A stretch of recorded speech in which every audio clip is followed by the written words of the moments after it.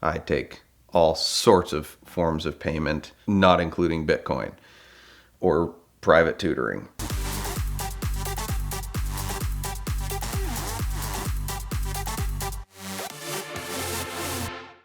So every car guy has an irrational penchant for a certain car that maybe nobody else loves, and maybe a few other weird people do. One of mine is the Aston Martin DB7 GT.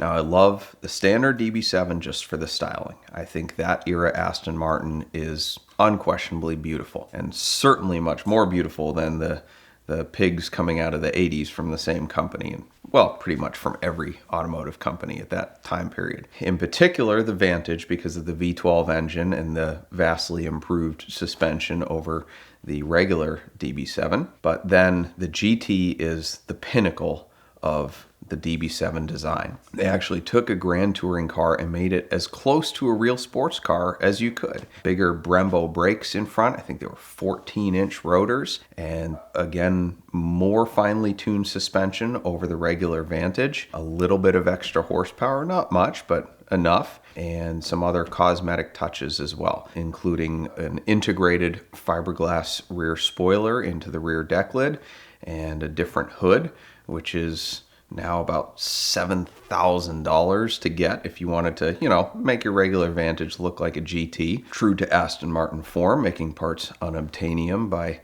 their prices. So, and of course in 03, that was the tail end of the DB7 production, and it was right at the beginning of the Vanquish production, which was Aston Martin's flagship car. That was the car that got all the attention that everybody loved at the time. As with good authors and artists, they're never appreciated in their time. And I think that'll be true of the DB7 GT as well, because the Vanquishes are starting to become very unloved because of their horrendously unreliable and expensive transmissions, except for the few that have been converted by Aston Martin Works to a manual. And the DB7 GT is actually reasonably reliable for a British car, and it's a manual, and I think it is a true driver's car. It's beautiful, it sounds good, and it is absolutely a thrill to drive. Some drawbacks certainly. The dashes like to shrink, as pretty much any British or Italian car does, and there's no vertical height adjustment in the driver's seat, so if you are taller than extra medium, you're probably going to hit your head on the roof. True car guys find their way around those types of obstacles for a car they love. The DB7 GT, they actually made more manuals than automatics. I would have to check VINwiki on this, but according to the Nuts for Sticks database anyway, there's 64 manuals and there's 17 automatics made for the US. And the automatics were called the GTA. Now, it's rare, I think, for a collectible car to have fewer automatics, but in this case, rarity does not equal desirability, as the automatics tend to trade for 35 to 45 grand, and the manuals trade in the $50,000 to $80,000 range, depending on color and mileage and condition. Now, I've been tracking the GT manuals for quite a while. I've transacted probably about 50% of the ones that have sold in the last 5 years, which is about 6.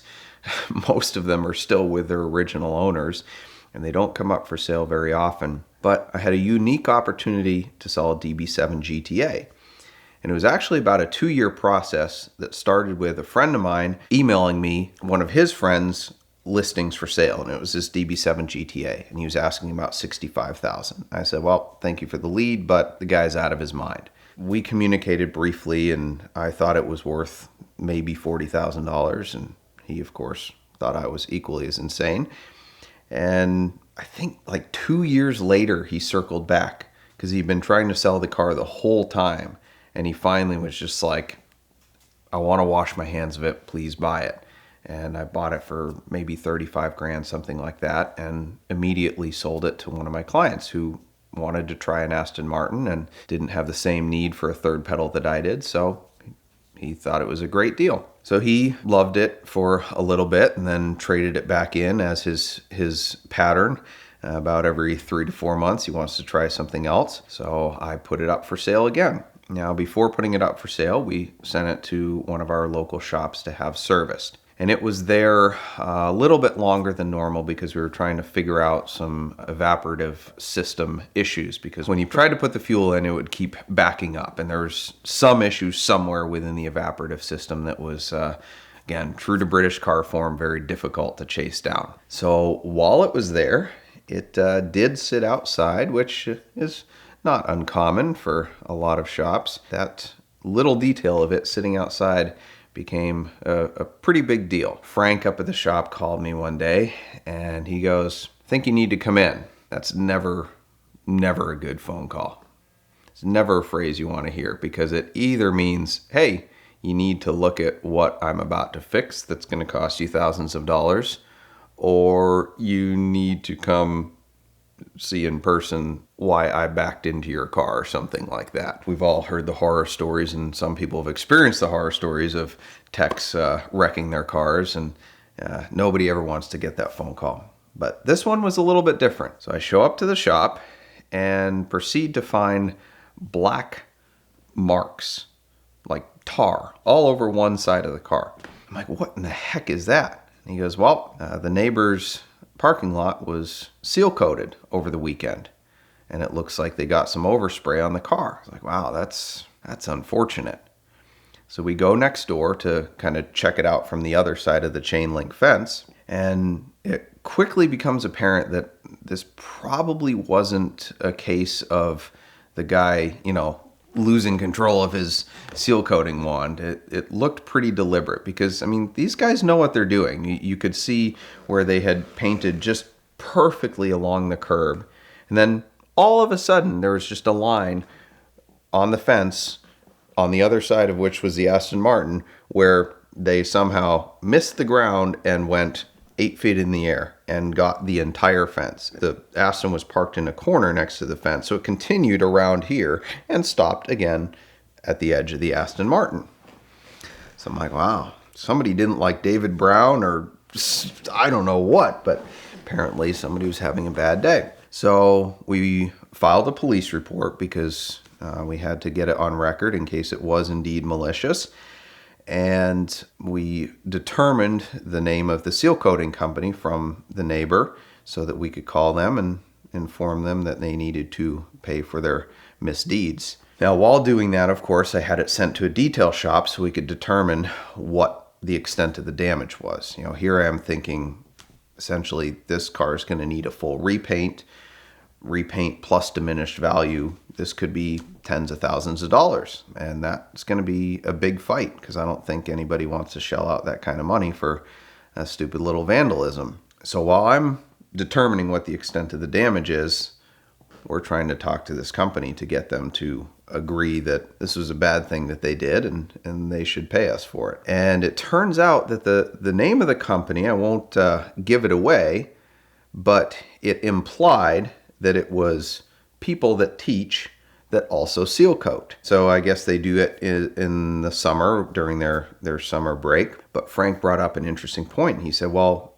if this is vandalism, that can be a felony. If that gets on their record, they'll lose their teaching license, and they will no longer be people that educate and seal coat. They will be people that only seal coat. So we had a little bit of leverage there. Initially, he seemed very amicable to paying for the damage and said, I'll file an insurance claim, not a problem. But he certainly wouldn't admit any guilt that, it was something he did intentionally. But as time went on, I started getting somewhat cryptic and dodgy texts from him as to why he couldn't file an insurance claim or hadn't filed one yet.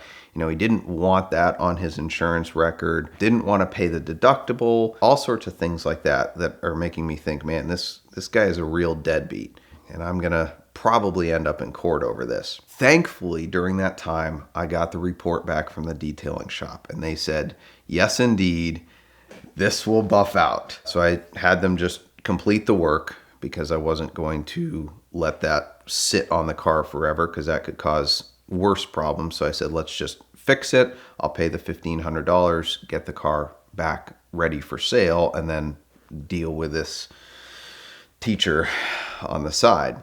We got it all fixed up, got it back into my inventory, and continued to pursue this guy for the measly $1,500 that he now owed. And we had given him quite a scare because initially I said, hey, this car may need to be repainted and you're on the hook for all of this. So I thought that when I said, hey, look, you only owe me $1,500, he would be elated and just run to drop the cash off to me. And as is the case with most deadbeats and automotive brokers, he stalled and made up excuses and continued to make up excuses, all the while promising, oh yeah, no, we'll make this right. And I'm like, okay, well, it's very easy to make it right. It's called $1,500. I take all sorts of forms of payment, not including Bitcoin or private tutoring. He kept dragging this out so long that the police officer who was handling this was fantastic. And he stopped by Frank's shop to just kind of check in and say, hey, how's things going with this? Because he had some interest in seeing it resolved as well. He was pretty perturbed about it and, just wanted to see justice done. So while he was at Frank's shop, Frank told him the story and said how this guy was delaying, and that really chapped the cops, I think. And so he got on the phone and called him old school cop style and just said, hey, listen, I'm going to come pay you a visit because this is a vandalism charge if you don't get this resolved. And if you don't get it resolved today, you're going to be arrested for vandalism and you're probably going to lose your teacher's license. And I don't know what else he said. I'm summarizing because I wasn't there, but whatever he said was effective because about 5 minutes later, Mr. Teacher called me with a credit card number to pay for the $1,500 in damage. And at that point, I wasn't going to squawk about the 3% that it cost me to run his credit card. I was just thankful that the cop did his job, that he was willing to put some good old school pressure on the guy to pay his bill such that we didn't have to go through a massive legal battle. As much as I can be vindictive sometimes in my heart, I never want to see somebody truly lose their ability to do their profession, and I'm sure he was probably a better teacher than he was seal coater. The DB7 itself is in wonderful condition. There was no lasting damage, and it polished out beautifully and got a full paint correction and polish in the meantime, so it actually looked better. And the new owner loved it for a few years and just recently sold it through RM at Monterey. So it's now with another new owner who will, I'm sure, love it and beat the tar out of it. I would like to think, I don't know if this actually happened, but I would like to think that in the conversation with the cop and the teacher slash seal coater, that the cop said something to the effect of, if you don't pay this and you get a felony on your record, it'll be your own fault. Most of my cars don't have functional radios, including the Porsche 993 that one of you is going to win when we hit 1 million subscribers. But the Cove Commuter portable wireless Bluetooth speaker helps me deal with all that. It's a powerful, easy to use speaker that goes anywhere and fits in most cup holders, of course. None of them have cup holders either, but it's a great speaker that you can use in a variety of ways. And if you go to coveaudio.com/VINwiki and enter the code VINwiki, you can check out today for just $68.